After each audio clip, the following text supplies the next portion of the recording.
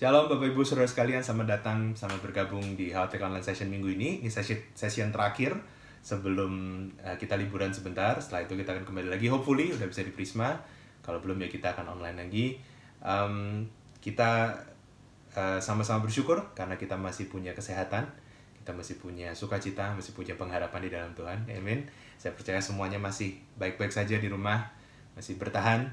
Dan kita mendengarkan banyak kabar baik sebetulnya minggu ini bahwa banyak negara sudah mulai mengurangi kuarantin, mengurangi lockdown-nya. Termasuk Indonesia katanya dengar-dengar si Juni udah mulai perlahan bertahap dibuka.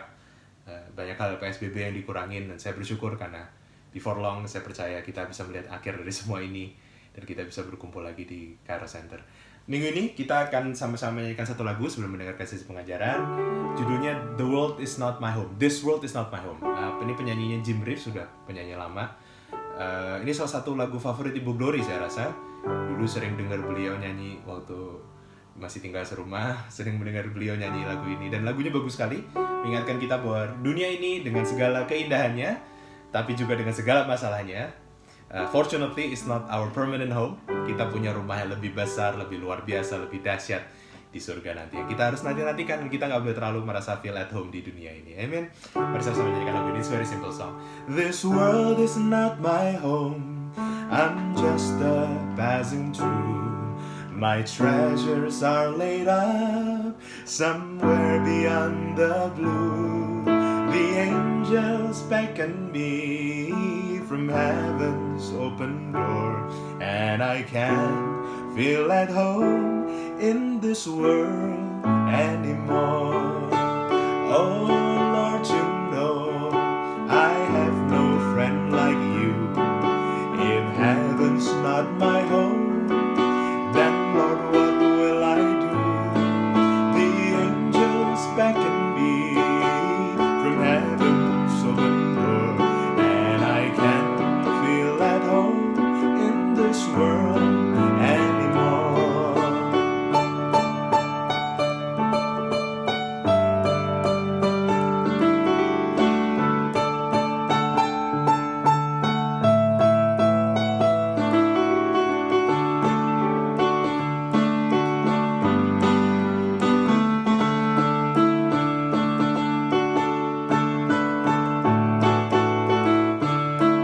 Just over in glory land, we'll live eternally.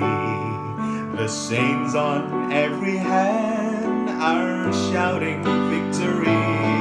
Their songs of sweetest praise drift back from heaven's shore, and I can't feel at home in this world anymore. Oh Lord, you know I have no friend like you. If heaven's not my home, then Lord, what will I do?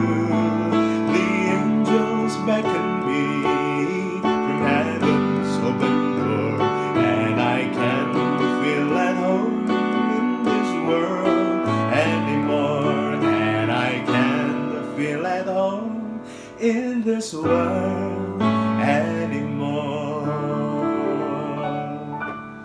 Selamat mengikuti sesi pengajaran minggu ini, Tuhan Yesus memberkati.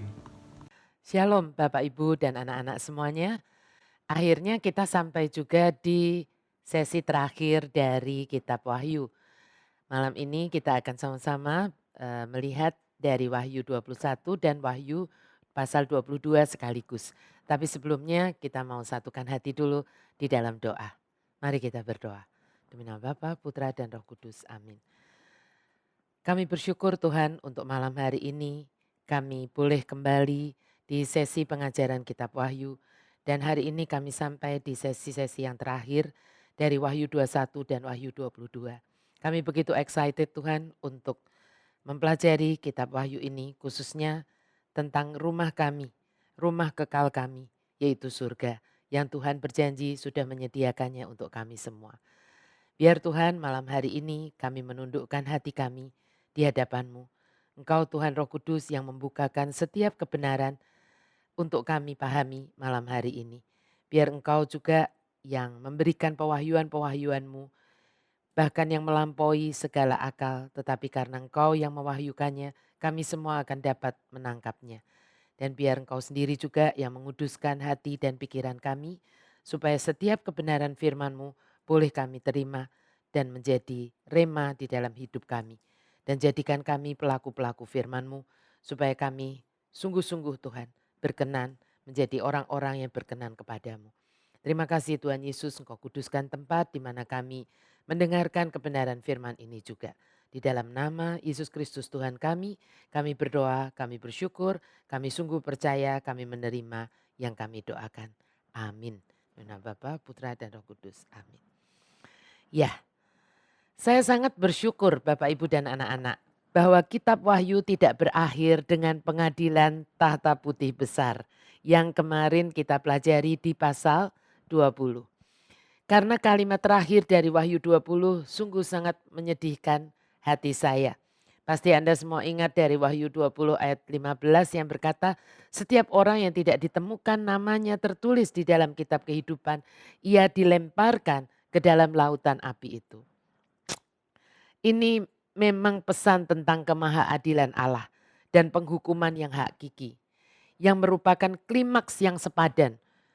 Klimaks yang sepadan untuk apa? Untuk adegan-adegan mengerikan yang sebelumnya sudah pernah kita lihat semuanya, yaitu berupa tulah, kematian, kehancuran yang memenuhi bab-bab sebelumnya, yang melanda muka bumi ini dan semua penduduk bumi di dalam masa tribulasi.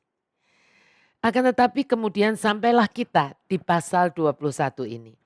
Dan seolah-olah awan penghakiman yang begitu gelap, begitu berat, pekat dan menekan itu seperti terangkat. Ya, dan tersingkaplah penglihatan yang paling gemilang di sepanjang sejarah Alkitab. Sekilas pandang tentang tempat tinggal yang sempurna yang telah Allah sediakan bagi umat manusia yang dikasihinya, anak-anaknya, mempelai-mempelainya, yaitu Anda semua dan saya. Yang paling melegakan kita, apa yang dilihat oleh Yohanes ini bukanlah sebuah dongeng atau fantasi belaka. Melainkan ini adalah sebuah realitas yang membuat hati kita harusnya merindukan tempat tinggal itu. Yang memang sebetulnya Allah dari awal mula menciptakan manusia itu sudah berniat menempatkan manusia di dalam tempat yang seperti ini. Pasal 21 menyingkapkan perjalanan iman orang percaya yang diawali ketekunan, ketahan ujian, dan ujungnya adalah perjalanan yang diwarnai dengan kemenangan, kemuliaan, dan kebahagiaan yang eternal, yang kekal sifatnya. Yohanes menyingkapkan surga yang mungkin untuk banyak orang ini melampaui yang bisa kita cerna sesungguhnya dengan akal kita ini. Mengapa demikian? Ya karena tidak ada tempat yang sesempurna ini yang pernah kita lihat atau kita kunjungi di dunia ini. Tempat yang tidak ada kepedihan, tidak ada lagi ratapan, tidak ada lagi kejahatan, dan pastinya juga tidak ada lagi yang namanya maut atau kematian. Inilah tempat yang Allah niatkan begitu. Yang Allah niatkan sedari awal dia menciptakan dunia ini. Yang tapi akhirnya semua niat Tuhan itu, niat yang sempurna itu dirusak oleh setan. Yang begitu cemburu kepada manusia yang sangat dikasihi oleh Allah. Nah lewat tipu dayanya setan mencoba menghasut manusia untuk kehilangan trust kepada Allah. Sayangnya manusia lebih percaya kepada hasutan setan tersebut daripada mempercayai Allah Bapa yang begitu mencintainya. Dan sejak kejatuhan manusia pertama ke dalam dosa, mereka tidak lagi dapat menempati Firdaus dan mereka diusir keluar. Namun karena begitu besar kasih Allah akan dunia ini, sehingga ia merelakan anak tunggalnya untuk menggantikan kita yang harus membayar penalti atas dosa-dosa yang seharusnya kitalah, Anda dan saya, yang harus menanggungnya. Tapi setan memang tidak pernah puas. Dan dia terus-menerus memperdaya manusia lewat segala cara. Termasuk Setan menipu dengan satu tipuan yang sepertinya baik. Apa itu? Bahwa tidak harus lewat Tuhan Yesus. Orang bisa menebus dosa mereka sendiri. Dan sekali lagi sayangnya memang banyak orang yang percaya dengan tipuannya ini. Dunia dan manusia yang tidak percaya akhirnya terpaksa memang harus membayar harga dari pemberontakan dan ketidakpercayaan mereka sendiri. Kita sudah membicarakannya panjang lebar di bab-bab kitab-kitab Wahyu sebelumnya. Namun Allah tidak pernah membiarkan setan menang. Ini yang Anda semua dan saya harus ingat. Allah tidak pernah membiarkan setan itu menang dan terus merusak ciptaan Allah yang telah Allah nyatakan baik, bahkan sungguh amat baik.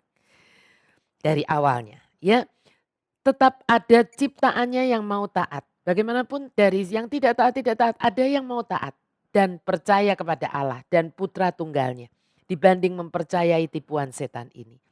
Dan setelah setan akhirnya dilemparkan ke dalam lautan api menyusul sang antikristus dan si nabi palsu serta semua manusia yang memberontak kepada Allah diadili di pengadilan tahta putih besar, maka Allah merestorasi, memulihkan semuanya. Diturunkannya lah Yerusalem baru yang orang awam menyebutnya surga, ya, langit dan bumi yang baru. Inilah good news atau bahkan the best news dalam atau dari kitab Wahyu yang malam ini akan kita pelajari bersama.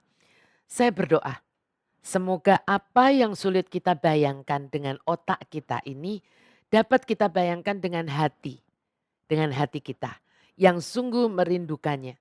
Dari awal ini harus saya katakan kepada Anda semua bahwa surga adalah tempat yang Yesus sendiri katakan itu adalah ada.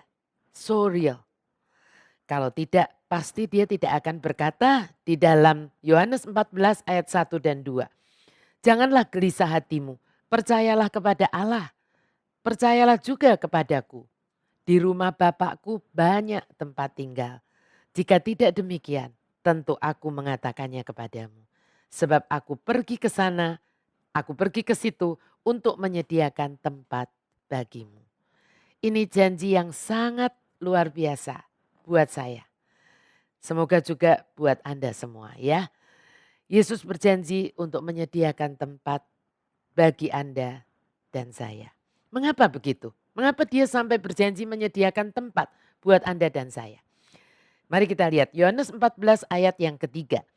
Dan apabila aku telah pergi ke situ dan telah menyediakan tempat bagimu, aku akan datang kembali dan membawa kamu ke tempatku. Supaya, ini alasannya, supaya di tempat di mana aku berada, kamu pun berada. Ya, inilah alasan kalau Anda perhatikan, ini sebetulnya adalah alasan orang yang sedang jatuh cinta pada seseorang yang dijatuh cintai. Ya kan Bapak Ibu dan anak-anak? Aku pasti datang menjemput kamu.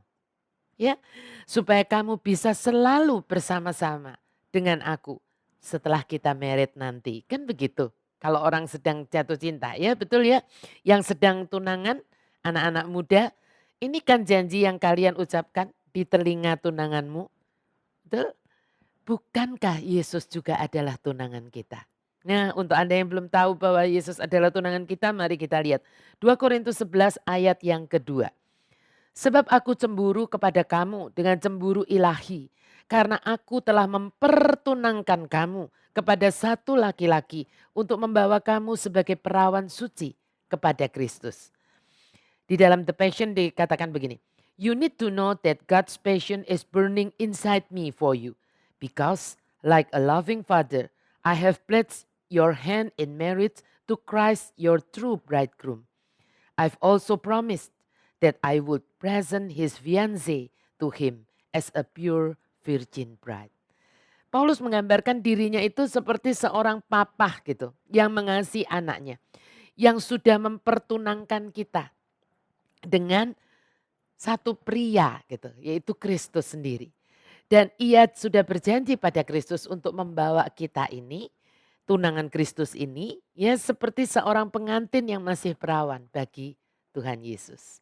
Saya sungguh berdoa Anda semua mengikuti sesi terakhir kitab Wahyu ini bukan seperti orang yang sedang belajar kitab yang susah gitu. Iya kan? Kalau seperti itu jadi berat banget rasanya. Tapi saya berdoa semoga semua Anda yang mengikuti sesi terakhir kitab Wahyu ini membacanya seperti seseorang membaca surat cinta dari tunangannya. Amin. Dulu Anda pastinya pernah membaca surat cinta dari tunangan Anda kan? Anda bisa membayangkan kan segala yang tunangan Anda tulis di situ.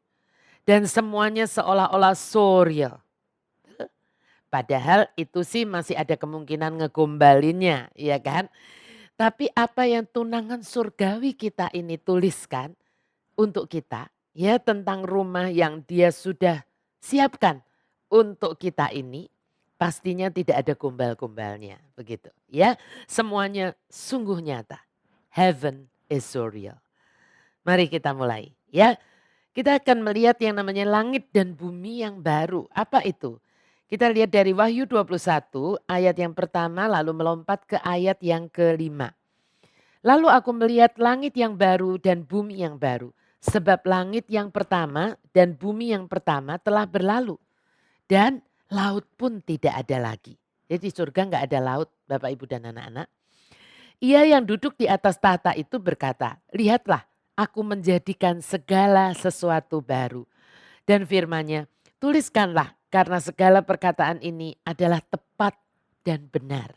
Ya, jadi nggak ada bohongnya. Jadi jangan ada yang membaca ini dan berkata bahwa ini mah cuma dongeng, bohong. Iya kan?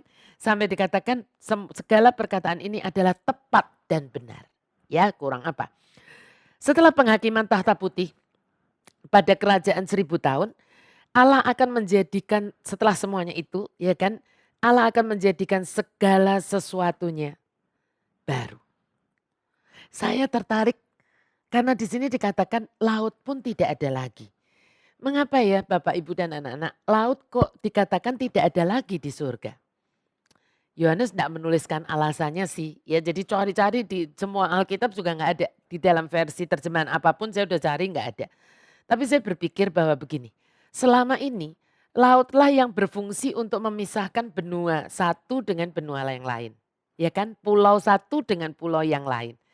Dan itu tidak perlu ada lagi di surga karena semua orang tidak akan terpisah-pisah lagi oleh suku bangsa, bahasa dan lain-lainnya. Kita semua akan menjadi penduduk suatu kota yaitu yang disebut Yerusalem baru. Dengan Tuhan Yesus mempelai kita sebagai pemimpinnya, gembala agungnya. Nah, mungkin ada yang bertanya begini, bagaimana Allah menjadikan langit dan bumi yang baru, Bu? Kan dikatakan langit dan bumi yang baru, gimana Allah menjadikannya?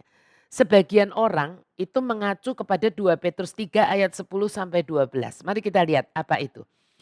Tetapi hari Tuhan akan tiba seperti pencuri. Pada hari itu langit akan lenyap dengan gemuruh yang dahsyat. Dan unsur-unsur dunia akan hangus dalam nyala api. Dan bumi dan segala yang ada di atasnya akan hilang lenyap. Jadi jika segala sesuatu itu akan hancur secara demikian, betapa suci dan salehnya kamu harus hidup. Yaitu kamu yang menantikan dan mempercepat kedatangan hari Allah. Pada hari itu langit akan binasa dalam api dan unsur-unsur dunia akan hancur karena nyalanya. Tetapi sesuai dengan janjinya kita menantikan langit yang baru dan bumi yang baru di mana terdapat kebenaran. Mungkin untuk kita yang hidup di zaman nuklir ini ya istilahnya tidak terlalu sulit untuk membayangkan bahwa suatu tempat itu diledakkan dan hangus tak berbekas. Ya Ibu, Bapak Ibu dan anak-anak ya. Tapi menurut saya nih Allah tidaklah berencana meledakkan planet bumi ini dan lalu membuatnya ulang dari awal. Enggak sih menurut saya. Melainkan saya rasa dia akan melakukan seperti perancang landscape yang membenahi halaman belakang rumah kita gitu ya. Yang rumputnya sudah banyak ditumbuhin ilalang begitu. Apa yang dia akan lakukan? Dia akan membakar ilalang-ilalangnya, memulihkan kemurnian rumput-rumputnya itu ya. Itulah langkah awal yang akan diikuti dengan langkah selanjutnya adalah dia akan menata ulang. Ya kan kebun belakang rumah kita, taman belakang rumah kita. Memperbaharui yang rusak di sana sini. Menyegarkan semua yang layu. Dan untuk Yerusalem yang baru ini saya percaya dengan hembusan nafas ilahinya. Dia akan membersihkan semua polusi yang sudah begitu pekat menyelimuti bumi ini. Sehingga jadilah tempat yang sungguh nyaman, sempurna untuk dia dan para mempelainya tinggal selama-lamanya. Dalam sukacita dan kebahagiaan yang sesungguhnya. Sekarang kita lihat. Lanjut ke ayat 2 sampai 4. Tadi kan 1 langsung melompat 5 ya. Ayat 2 sampai 4-nya. Dan aku melihat kota yang kudus, Yerusalem yang baru turun dari sorga, dari Allah yang berhias bagaikan pengantin perempuan yang berdandan untuk suaminya. Lalu aku mendengar suara yang nyaring dari tahta itu berkata, lihatlah kemah Allah ada di tengah-tengah manusia dan ia akan bersama-sama dengan mereka. Mereka akan menjadi umatnya dan ia akan menjadi Allah mereka. Dan ia akan menghapus segala air mata dari mata mereka. Dan maut tidak ada lagi. Tidak akan ada lagi perkabungan atau ratap tangis atau duka cita. Sebab segala sesuatu yang lama itu telah berlalu. Sama seperti Allah rindu tinggal di antara umatnya. Ingat ya yang saya waktu itu kan tunjukkan tabernakelnya Musa. Kemah Musa, ingat ya. Begitu juga kerinduan yang ada di hati semua orang yang sungguh mengasihi Tuhan. Ya pengen selalu bersama-sama dengan Allah. Dan itu memang kerinduan Allah kan sebetulnya sejak dari awal mula. Kita belajar dari kitab Ibrani bahwa Abraham yang tinggal di dalam kemah di negeri yang telah Allah janjikan waktu itu. Dikatakan menanti-nantikan kota yang mempunyai dasar yang direncanakan dibangun oleh Allah. Mari kita lihat. Ini Ibrani 11 ya, Ibrani 11 ayat 8 sampai dengan 10 kita akan baca. Kita akan lihat sama-sama. Bagaimana sikap Abraham ya. Karena iman Abraham taat ketika ia dipanggil untuk berangkat ke negeri yang akan diterimanya menjadi milik pusakanya. Lalu ia berangkat dengan tidak mengetahui tempat yang ia tujui. Karena iman ia diam di tanah yang dijanjikan itu seolah-olah ini aneh banget. Ya karena dia diam, akhirnya kan diam di tanah yang dijanjikan itu. Tetapi ada kata-kata seolah-olah di suatu tanah asing. Dan di situ ia tinggal di kemah. Dengan Ishak dan Yakub yang turut menjadi ahli waris janji yang satu itu. Sebab ia menanti-nantikan kota yang mempunyai dasar. Yang direncanakan dan dibangun oleh Allah. Kemah itu menyatakan sesuatu yang non permanen. Bukan rumah loh, kemah. Abraham tidak pernah membangun rumah. Dia selalu hidup di dalam kemah. Mengapa demikian? Meskipun Abraham telah sampai di tanah yang Tuhan janjikan dan berkemah di situ. Makanya dia berkemah. Tapi Abraham itu begini. Dia tetap menjaga hatinya. Tetap menjaga hatinya. Tidak pernah melekat pada kemahnya. Makanya kemah. Jadi kalau Tuhan suruh jalan ya dibongkar lagi begitu ya. Dia tidak pernah melekat pada kemahnya itu dan harta miliknya. Maupun sanak keluarganya di muka bumi ini. Karena Abraham menanti-nantikan Yerusalem baru. Kemahnya yang abadi. Harusnya setiap orang percaya, semua orang kudusnya juga merasakan kerinduan yang sama. Ya, dengan yang Allah maupun Abraham rindukan. Dan bukan sebaliknya. Kita merasa sudah begitu at home di dunia yang fana ini. Lalu bahkan tidak pernah sungguh-sungguh merindukan rumah kita yang sesungguhnya. Atau malahan sudah melupakannya. Atau tidak ingin ke sana. Saking merasa sudah begitu nyaman di dunia yang fana ini. Tadi lagu yang kita semua sama-sama saya percaya Bapak Ibu dan anak-anak juga ikut menyanyikannya. Di awal berkata apa? This world is not my home. I'm just a passing through. My treasures are laid out somewhere beyond the blue. Harta kita yang sesungguhnya bukan di dunia ini. Ya. Nah, semoga kita juga ingat itu, ya kan? Nah, dan begini, semoga tidak ada di antara Anda yang seperti itu, yang begitu melekat dengan dunia ini, Ya, kita lihat Wahyu 21 ayat 4. Dan ia akan menghapus segala air mata dari mata mereka. Dan maut tidak akan ada lagi. Tidak akan ada lagi perkabungan atau ratap tangis atau duka cita. Sebab segala sesuatu yang lama itu sudah berlalu. Siapa dari Anda yang merindukan semua ini? Saya sangat merindukannya. Ya, tidak pernah ada lagi air mata. Wow, supaya Anda lebih merindukan Yerusalem yang baru ini, saya ingin mengajak Anda semua untuk melihat, ya, melihat seperti apa sih penggambaran kota yang luar biasa ini, ya, kota surgawi ini. Dari sekian banyak pendekatan, banyak kalau ibu-ibu, bapak dan anak-anak mencari buku-buku, ya, banyak dibuat apa, orang pendekatan-pendekatan untuk menunjukkan seperti apa sebetulnya surga itu, ya. Tapi menurut saya eh, dari sekian banyak pendekatan yang orang coba buat untuk menggambarkan surga, kota Allah yang kudus ini, Yerusalem baru. Saya merasa pendekatan terbaik adalah dengan membaca Alkitab. Membaca firman-Nya, lain tidak. Ya, dengan pertolongan Roh Kudus mari kita mohon agar Roh Allah sendiri menyingkapkan kepada kita keajaiban-keajaiban yang akan membawa kita semakin kagum dan menghormati Tuhan Allah kita yang Maha Kuasa sekaligus sangat mengasihi kita. Kalau ada di antara Anda, di antara kita yang curious gitu ya, berapa luasnya Yerusalem baru nanti Bu? Ya kan, untuk dapat mengakomodasi semua orang percaya yang pernah hidup di bumi ini sejak dari perjanjian lama, perjanjian baru, dari masa yang rapture, ya kan, seperti itu dan sampai dengan yang masa 1000 tahun. Tentunya kan kota Allah ini haruslah cukup luas atau sangat luas.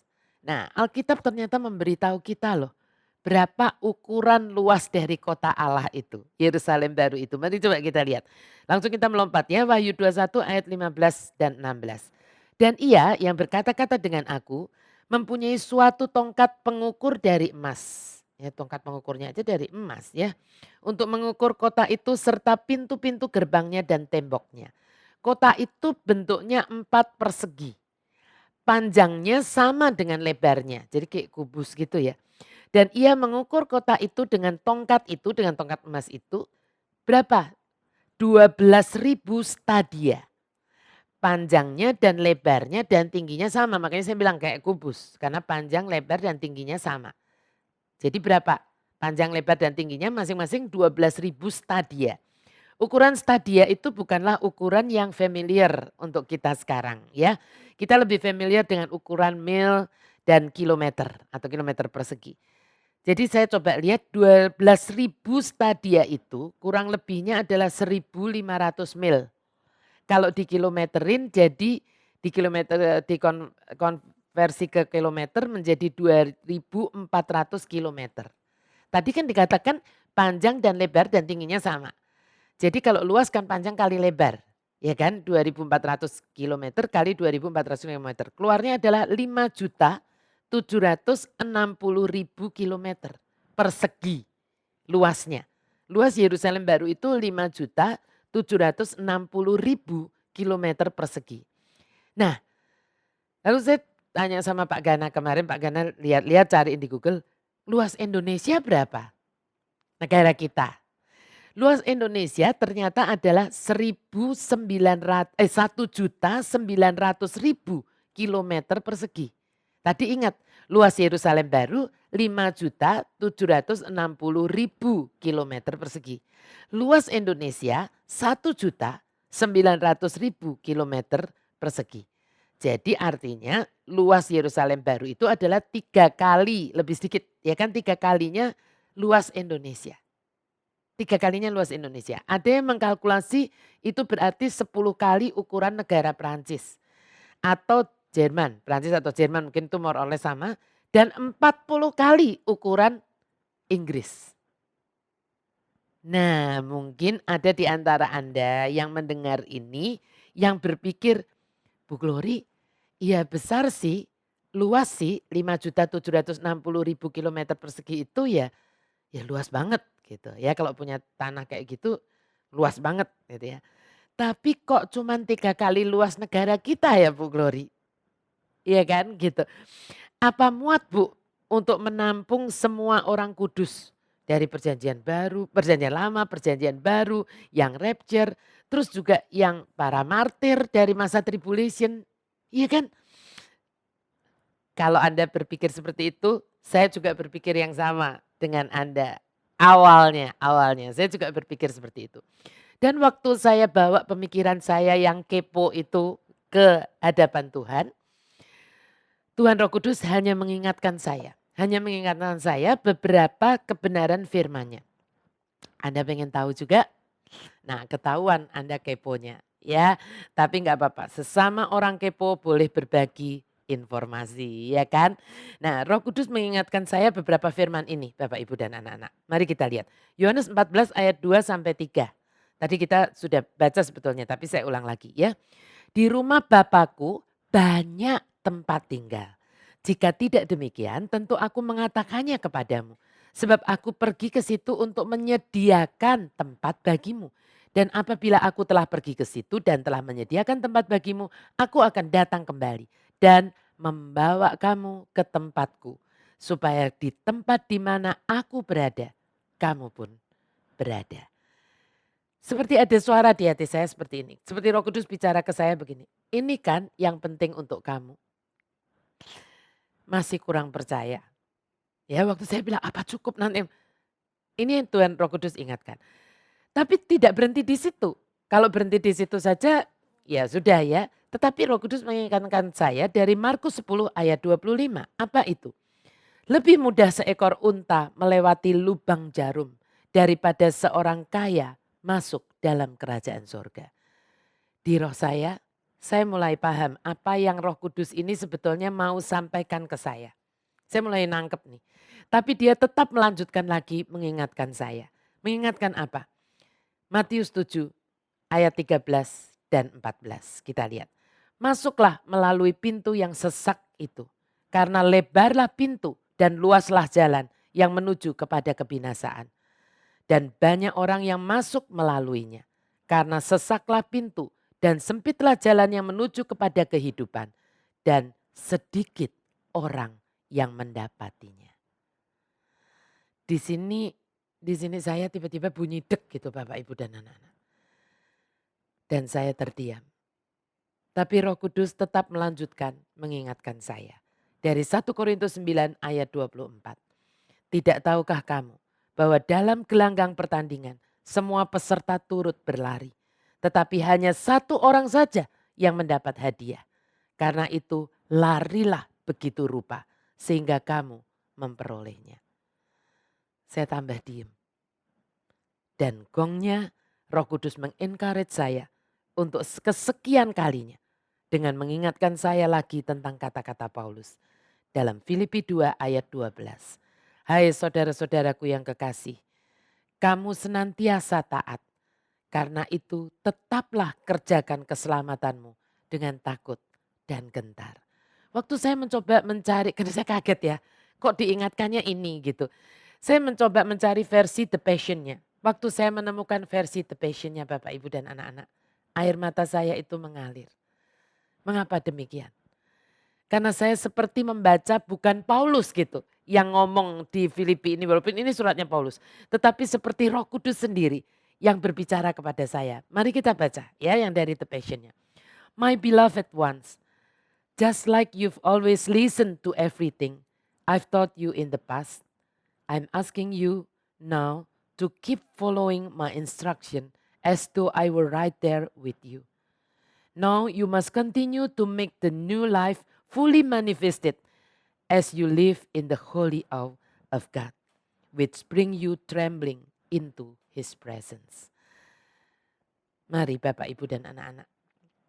Kalau hari ini Anda belum sungguh taat, mari bersegera untuk menaati bimbingan Roh Kudus setiap saat. Tapi kalau Anda memang termasuk orang yang sudah taat selama ini, teruskanlah untuk dengar-dengaran gitu dengan Roh Kudus. Sehingga kita sungguh dapat mewujudkan kehidupan baru kita ini di dalam Kristus secara sungguh-sungguh nyata gitu. Ya, dan orang di sekitar kita pun pasti merasakan perbedaannya. Dan itu semua kita lakukan karena kita punya kekaguman yang kudus kepada Tuhan. Dan kalau itu semua selalu kita lakukan, Tuhan pasti akan membawa kita ke tempat di mana Dia berada. Semoga Anda dapat menangkap apa yang Roh Kudus jelaskan kepada saya ini. Waktu saya menanyakan tentang apa muat Tuhan. Kok cuman 3 kalinya luas Indonesia. Itu semua yang Roh Kudus jelaskan kepada saya. Yang malam ini saya coba jelaskan kepada Anda semuanya. Semoga Anda juga menangkap apa yang saya bisa tangkap di roh saya.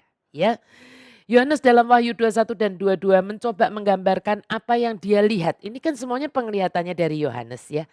Dia coba menggambarkan apa yang dia lihat tentang yang namanya Yerusalem baru ini. Saya percaya waktu Yohanes diajak, diberikan penglihatan itu, hatinya pasti bergetar dan amazed banget gitu ya. Saya percaya juga Yerusalem yang baru yang senyatanya nanti pasti lebih indah daripada yang Yohanes bisa gambarkan ya. Tapi inilah beberapa detailnya. Kita akan lihat beberapa detailnya. Yang pertama kali kota kudus. Yang pertama kali. Mari kita lihat ayat 2, kembali ke ayat 2. Dari Wahyu 21. Dan aku melihat kota yang kudus, Yerusalem yang baru, turun dari sorga, dari Allah, yang berhias bagaikan pengantin perempuan yang berdandan untuk suaminya. Yohanes menyebut Yerusalem baru sebagai kota yang kudus. Seperti pengantin perempuan yang berdandan untuk suaminya. Biasanya pengantin perempuan ini melambangkan kesucian, purity, dan juga virginity. Ya, rasanya tidak ada sih kota atau negara manapun di bumi ini saat ini yang seperti itu. Ya, karena kenapa? Karena semua sudah terkontaminasi dengan yang namanya dosa. Ya, sehingga yang kita temui adalah polusi, kemiskinan, kejahatan, wabah penyakit, amarah, kekacauan, chaos ya. Tapi kota yang baru ini, Yerusalem baru ini akan bebas dari semua kontaminasi tadi. Tidak akan ada lagi polusi kejahatan, kemiskinan, sakit penyakit, kekacauan. Why? Mengapa? Karena setiap penduduk kota Yerusalem baru ini akan dijadikan kudus oleh kasih karunia Allah. Ya, karena memang mereka adalah orang-orang pilihan gitu. Kalau istilah saya, ya yang bisa masuk di situ kan orang-orang pilihan semua. Yang bukan sudah sempurna tadinya, bukan. Melainkan selama hidup mereka di dunia ini, sudah mereka selama masih hidup di dunia ini pun begitu. Sudah senantiasa mereka berupaya untuk mempraktekkan, ini penting Bapak Ibu dan anak-anak. Mempraktekkan prinsip insulasi. Ingat insulasi bukan isolasi. Ya, apa itu insulasi? Saya menemukan penggambaran insulasi yang paling tepat adalah dari Roma. Dari kitab Roma bab 12 ayat 1 dan 2. Karena itu saudara-saudara. Oh ayat ya. Demi kemurahan Allah aku menasihatkan kamu. Supaya kamu mempersembahkan tubuhmu sebagai persembahan yang hidup, kudus. Yang kudus dan yang berkenan kepada Allah. Itu adalah ibadahmu yang sejati. Lalu ayat 2-nya berkata. Janganlah kamu menjadi serupa dengan dunia ini. Tetapi berubahlah oleh pembaharuan budimu. Sehingga kamu dapat membedakan manakah kehendak Allah. Apa yang baik, yang berkenan kepada Allah dan yang sempurna. The Message menggambarkan prinsip insulasi ini dengan indah dan jelas menurut saya dibandingkan yang dari Alkitab bahasa Indonesianya. Ya, jadi kalau dari bahasa Indonesianya tadi seperti itu, tetapi dari yang The Message saya akan coba bacakan. So here's what I want you to do. God helping you.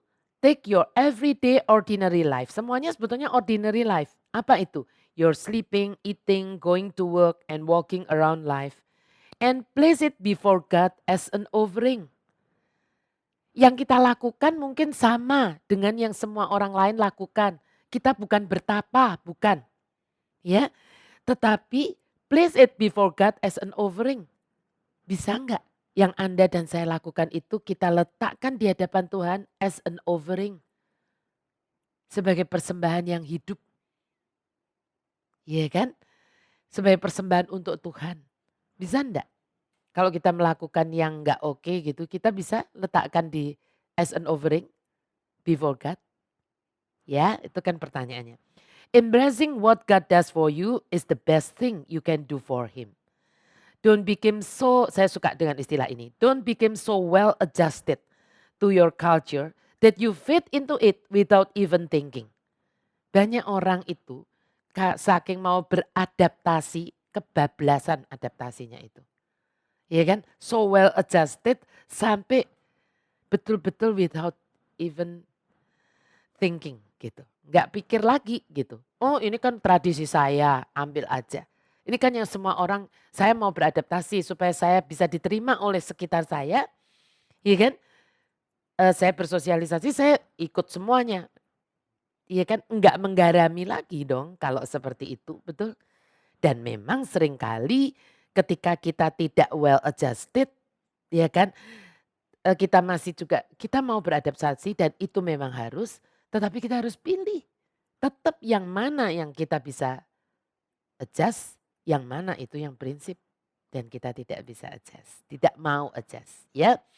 Makanya dikatakan instead, ya sebaliknya, fix your attention on God. Ya, kita nih fokusnya harus tetap kepada Tuhan. You will be changed from the inside out. Kalau kita seperti itu, fokus kepada Tuhan, walaupun kita masih hidup di tengah-tengah dunia ini, kita akan change from the inside out. Yang dari dalam dulu. Dan pasti akan terasa di luar. Ya. Readily recognize what he wants from you. And quickly respond to it. Harus segera kita itu harus siap untuk mengerti gitu. Untuk memahami apa yang Tuhan ingini dari kita. Dan quickly respond to it. Dan segera merespon itu. Jangan lelet gitu ya kan. Unlike the culture around you always dragging you down. Ya kan selalu tarik ke bawah. In its level of immaturity. Dunia di sekitar kita itu selalu menarik kita kepada immaturity. Ya kan bukan kedewasaan. Tetapi menarik kepada sesuatu yang ya yang gak dewasa sebetulnya. Yang selfish ya. God brings the best out of you. Beda dengan Tuhan. Tuhan itu selalu mengeluarkan apa yang baik dari kita. Yang terbaik bahkan. Develops well-formed maturity in you. Kalau kita terus ikut yang Tuhan tadi, fix our eyes on God, ya Tuhan akan menjadikan kita sungguh-sungguh dewasa di dalam Tuhan. Ya, orang-orang yang seperti inilah, yang seperti dijelaskan di Roma 12 ayat 1 dan 2 tadi yang dari versi The Message-nya inilah yang akan menjadi penduduk kota Tuhan. Bayangin, keren banget ya kan, Yerusalem yang baru ini isinya adalah orang-orang yang waktu di bumi gak sempurna sih, tapi mereka sudah biasa untuk fix his eyes atau their eyes on God.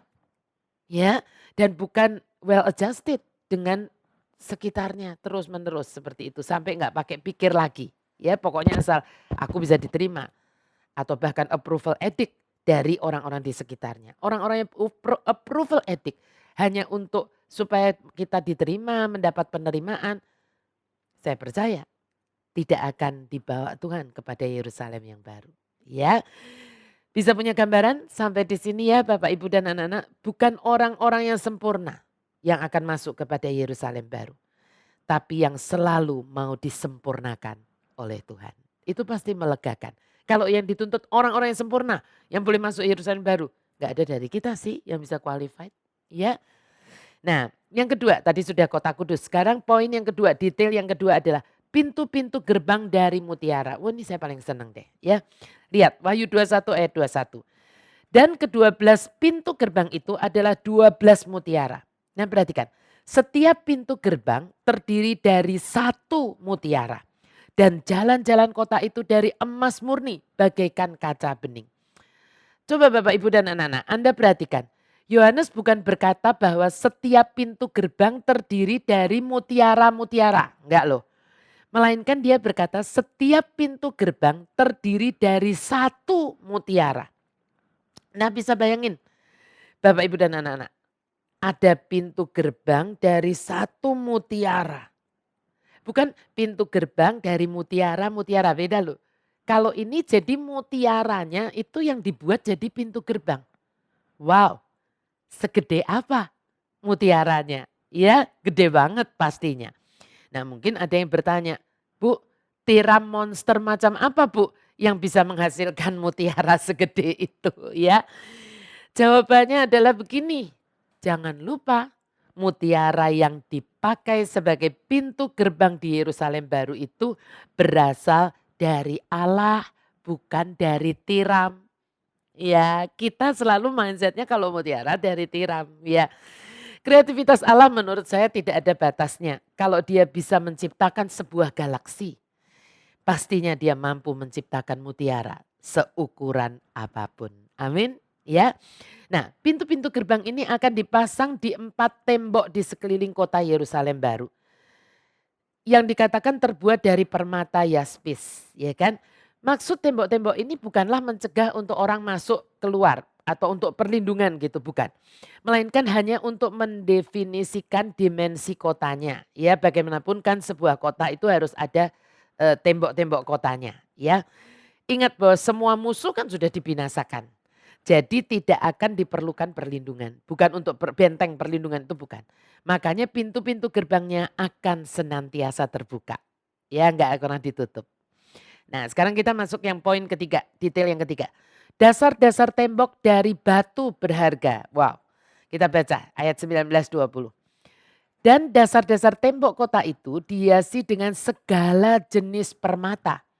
Dasar yang pertama batu yaspis, dasar yang kedua batu nilam, dasar yang ketiga batu mirah, dasar yang keempat batu zamrud, dasar yang kelima batu unam, dasar yang keenam batu sardis, dasar yang ketujuh batu ratna cempaka, yang kedelapan batu beril, yang kesembilan batu krisolit, yang kesepuluh batu krisopras, yang kesebelas batu lazuardi, dan yang ke-12 batu kecubung.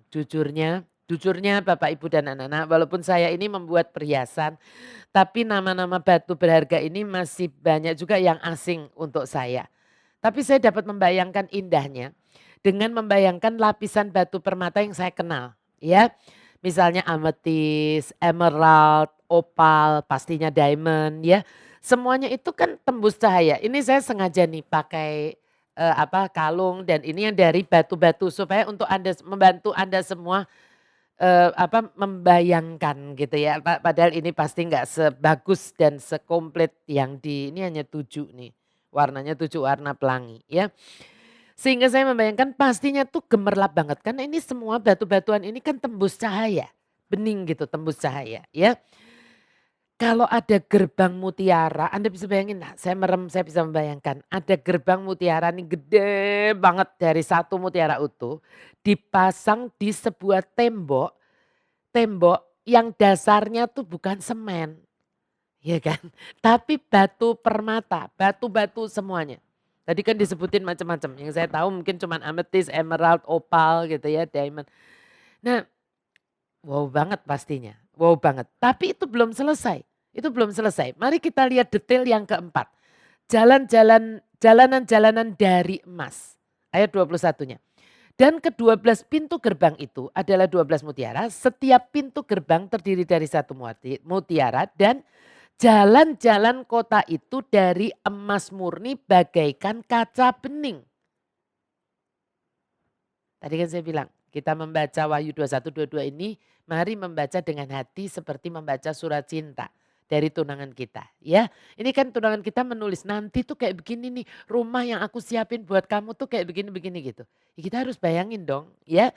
Banyak sarjana Alkitab memperdebatkan apakah jalan-jalan kota Yerusalem baru atau surga ini memang secara harafiah terbuat dari emas atau itu hanya kiasan saja. Saya tuh mikir ya, memang orang semakin dewasa seringkali imannya semakin nipis. Coba kalau anak-anak dulu ya di sekolah minggu. Oh surga jalannya dari emas sampai ada lagunya tuh kan anak-anak sekolah minggu yang jalannya tuh dari emas. Surga jalannya dari emas gitu ya. Tapi makin dewasa memperdebatkan. Ini jangan-jangan kiasan nih. Ya kan? Mengapa mereka memperdebatkan hal ini? Karena di dunia sekarang ini yang namanya emas murni itu apa? Ibu-ibu bapak pasti tahu yang suka ngumpulin emas. Emas LM kan? Ya kan? Emas yang lantakan tuh bentuknya ya kan? Mau kecil mau ya tergantung beratnya ya. Itu kan tidak transparan tuh. Tidak bening kan? Betul. Kilau iya. bening kagak, ya kan? Nah, bagaimana emas LM kok bening? Emas murni kok bening tuh gimana? Makanya mereka pikir tuh kiasan. Tapi Bapak Ibu dan anak-anak begini, untuk saya pribadi justru ini menjadi konfirmasi gitu istilahnya. Waktu sungguh-sungguh membaca ini, padahal saya sudah membaca ulang nih kitab Wahyu itu dari kapan ya, dari waktu belum membawakan di HOTK pun saya sudah baca kitab Wahyu. Tapi mungkin karena kemarinnya kan saya mimpi yang saya cerita itu. Ini justru konfirmasi dari mimpi yang bahwa mimpi saya itu dari Tuhan. Mimpi yang mana? Mimpi yang waktu itu saya ceritakan kepada Anda ya, yang di sesi prolog bagian akhir ya, prolog bagian akhir. Ingat ya Bapak Ibu dan anak-anak, yang saya cerita bahwa saya itu dalam mimpi saya melihat tangga, sebuah tangga dari awan gitu. Tangga dari awan yang saya bilang waktu ada teman mengirimkan kayak begini ya Bu Glory gitu ya kan. Saya bilang, iya iya sih tangga dari awan, tapi bukan seperti gambar ini gitu. Tangga awan yang saya lihat itu bening Bapak Ibu dan anak-anak. Bening, benar-benar bening tapi awan. Susah ya ngomongnya ya, makanya kan saya bilang, gimana tuh membuat gambarnya, ya kan. Biasanya ini ada lukisan di ini saya tuh awan kan ya, maksudnya tangga awan, tapi kan nggak bening kan seperti itu ya, walaupun itu diamond painting tapi nggak bening gitu. Nah, tapi memang itu yang saya lihat, kan sulit ya saya ngomongnya gimana gitu. Tangga awan tapi bening, ya. Nah clear gitu seperti kaca, tapi saya tahu itu awan. Tapi semoga Anda juga masih ingat cerita saya waktu itu. Bahwa saya melihat, saya berkata bahwa saya melihat Tuhan Yesus itu ada di ujung bawah dari tangga awan itu. Iya kan? Saya waktu itu berkata kalau ibaratnya ini tangganya bukan di sini Tuhan Yesus tapi sudah di bawah begini. Yang saya berkata bahwa saya nggak bisa lihat hidungnya, nggak bisa lihat matanya, saking itu berkilau banget Tuhan Yesusnya yang berkilau. Tapi saya bisa lihat senyumnya. Iya kan? Nah, poin kelima menceritakan detail kota Yerusalem ini, Yerusalem yang baru ini semoga bisa menjawab kenapa emas murni tapi bening seperti kaca. Ya, mari kita lihat. Lampu kota tersebut adalah Allah sendiri. Wahyu 21 ayat 23. Dan kota itu tidak memerlukan matahari dan bulan untuk menyinarinya. Sebab kemuliaan Allah meneranginya dan anak domba itu adalah lampunya. Saya percaya bahwa inilah alasannya mengapa jalanan kota Allah itu seperti emas murni yang bening, bagaikan kaca bening. Mengapa? Karena cahaya yang dipantulkan, ya, cahaya yang dipantulkan oleh emas maupun ini kan bisa ini Bapak Ibu. Ini ya kan bisa berkilau gitu. Kan karena kena lampu. Kalau ini kita masukkan di apa tuh di tempat yang gelap begitu, ditutup begitu gelap, ya nggak berkilau. Karena dia kan memantulkan, ya kan? Semakin makanya kalau orang jual diamond yang bukan diamond asli aja yang kubik zirconium aja kan dikasih lampu supaya wow, berkilau-kilau begitu kan. Mengapa? Karena batu-batu permata dan semua benda sebetulnya ya kan itu kan memancarkan kilau dari yang menyorotinya. Ya kan gitu. Nah emas sendiri memang kan sudah ada kilaunya kan emas itu. Tetapi gitu karena yang dipantulkan itu di Yerusalem baru yang dipantulkan itu bukan cahaya lampu maupun cahaya matahari. Melainkan cahaya dari kemuliaan Allah. Anak domba Allah. Yesus Kristus sendiri. Ya kan? Sehingga bahkan benda yang tidak tembus pandang pun seperti tembus pandang. Bening, benar-benar bening kilaunya. Ya, jadi saya percaya jalanannya pasti betul dari emas. Kalau seperti kaca, karena yang dipantulkan adalah cahaya kemuliaan dari anak domba. Keren banget buat saya ya. Pohon kehidupan, poin yang keenam. Penggambaran terakhir dari kota kudus ini adalah di Wahyu 22 ya, kita masuk ke Wahyu 22, 2 ayat 1 dan 2-nya ya. Kita mau lihat ayat 1 dan 2-nya. Lalu ia menunjukkan kepadaku sungai air kehidupan yang jernih bagaikan kristal dan mengalir keluar dari tahta Allah dan tahta anak domba itu. Di tengah-tengah jalan kota itu, yaitu di seberang menyeberang sungai itu, ada pohon-pohon kehidupan yang berbuah 12 kali, tiap-tiap bulan sekali. Dan daun pohon-pohon itu dipakai untuk menyembuhkan bangsa-bangsa. Pohon kehidupan ini pertama kali ditanam di Taman Firdaus. Ingat ya, tetapi ketika Adam dan Hawa jatuh ke dalam dosa, Tuhan melarang mereka mendekati pohon kehidupan itu. Kenapa? Karena kalau mereka yang sudah jatuh dalam dosa ini sampai memakan buah dari pohon kehidupan, maka mereka akan selama-lamanya ada di dalam kondisi dosa. Ya. Tapi di dalam kota kudus, Yerusalem baru ini, pohon tersebut akan dipulihkan lagi, akan ada lagi. Orang-orang yang ada di kota kudus itu nantinya diizinkan makan buah dari pohon tersebut yang tidak pernah tidak berbuah sepanjang tahun. Dan dikatakan daun pohon tersebutlah yang digunakan untuk menyembuhkan bangsa-bangsa sehingga akhirnya ya tidak ada lagi orang yang sakit. Dan yang mengairi pohon tersebut adalah sungai air kehidupan sempurna. Ingat Wahyu itu waktu kita belajar Wahyu pasal 2, Bapak Ibu dan anak-anak pasti ingat. Kita belajar surat kepada jemaat di Efesus. Kita lihat sebentar ya. Apa yang Tuhan minta untuk Yohanes tuliskan waktu itu. Wahyu 2 ayat 7. Kita ingat-ingat ya Wahyu 2 ayat 7. Siapa bertelinga hendaklah ia mendengarkan apa yang dikatakan roh kepada jemaat-jemaat.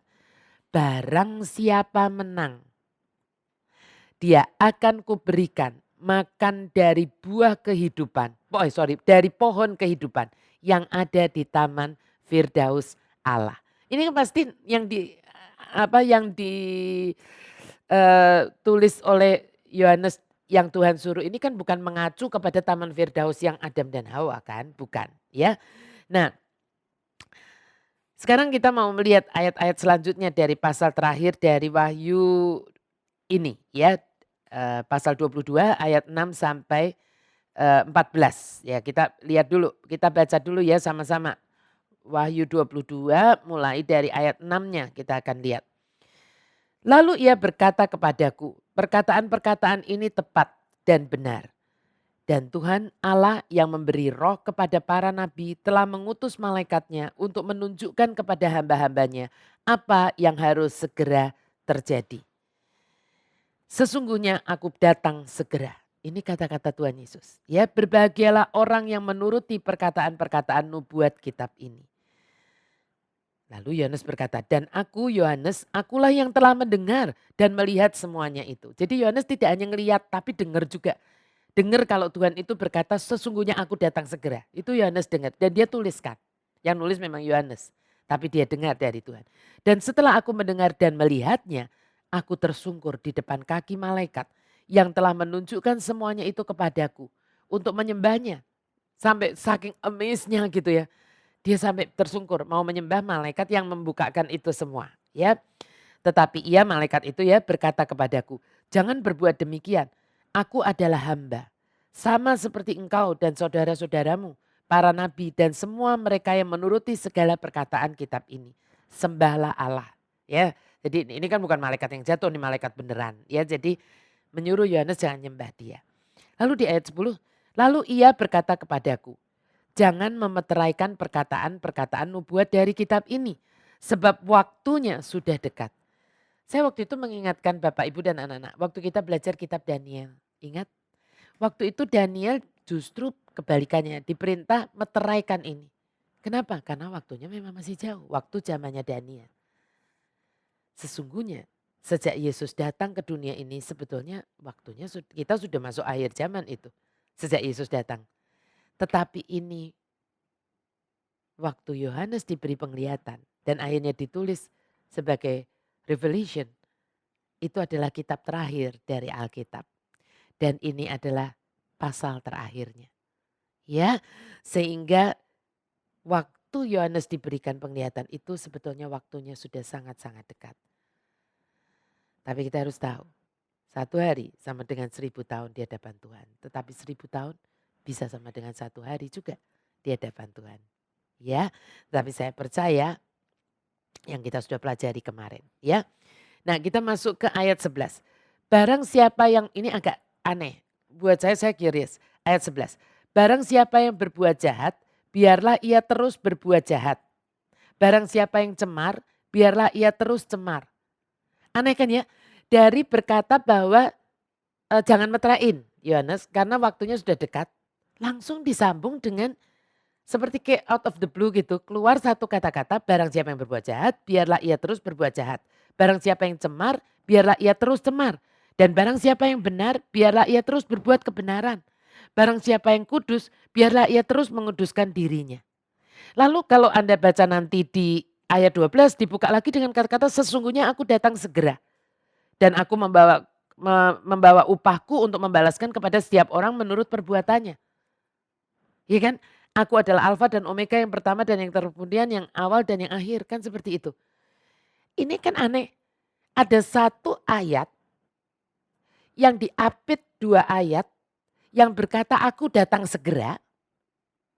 Tetapi ayat ini mengatakan istilahnya yang jahat ya udah biarin aja, biar terus jahat gitu. Kalau saya pakai bahasa saya sendiri ya. Terus yang emang cemar-cemar itu sebetulnya berbicara tentang orang yang nggak menjaga kekudusan gitu, ya kan? Ya udah biarin aja gitu, ya kan gitu. Tapi kalau yang orang yang memang berbuat kebenaran gitu, barang siapa yang kudus, biar juga dia tetap kudus gitu atau makin kudus. Apa maksudnya? Eee, Apalagi ini diapit oleh 2 ayat yang berkata aku datang segera. Waktunya sudah dekat gitu istilahnya ya. Nah tidak ada penjelasan di sini mengapa seolah ada pembiaran. Kalau saya boleh berkata ya kan pembiaran yang disengaja oleh Tuhan. Siapa yang jahat ya udah biar terus jahat. Siapa yang cemar yang nggak menjaga kekudusan dirinya ya biar aja terus cemar. Dan sebaliknya yang kudus juga terus menguduskan dirinya. Ini yang saya menangkap di dalam roh saya. Karena tidak ada penjelasannya. Ya menangkap di dalam roh saya seperti ini. Saat waktu kedatangannya itu sudah makin dekat.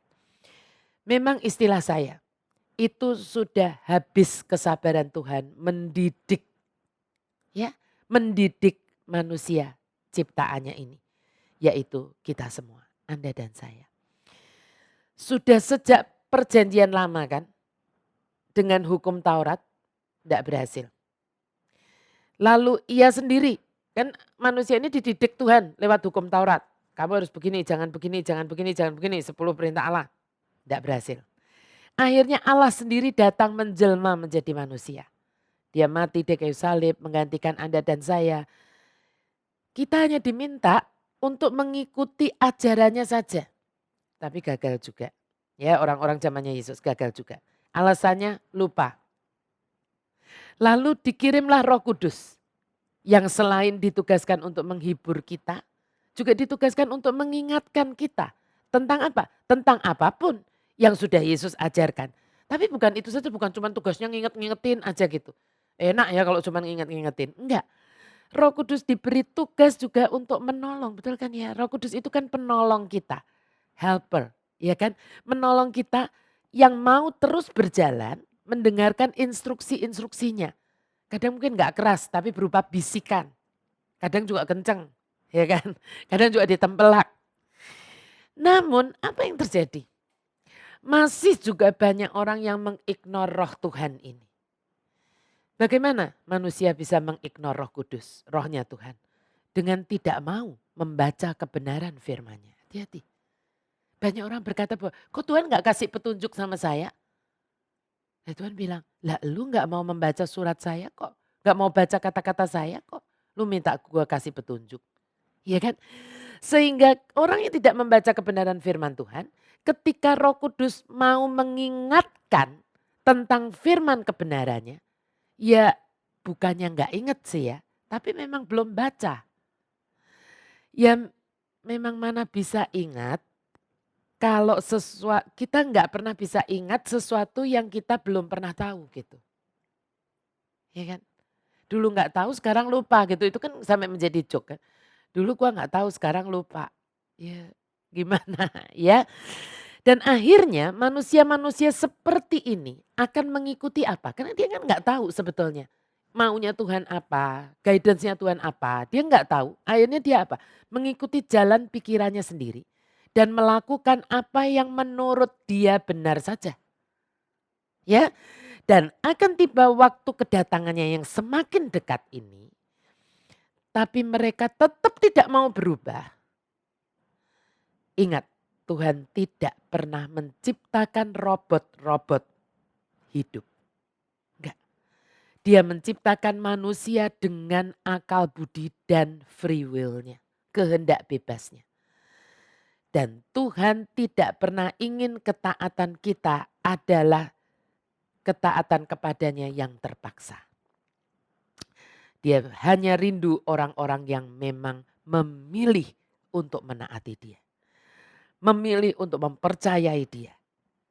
Ya, dan yang berkata mempercayai dan mau menaati nggak bisa lain, harus membaca manualnya yang dia sudah kasih. Ya, ini terlihat juga di ayat 14, ayat Wahyu 22 ayat 14-nya. Mari kita lihat, ini ada istilah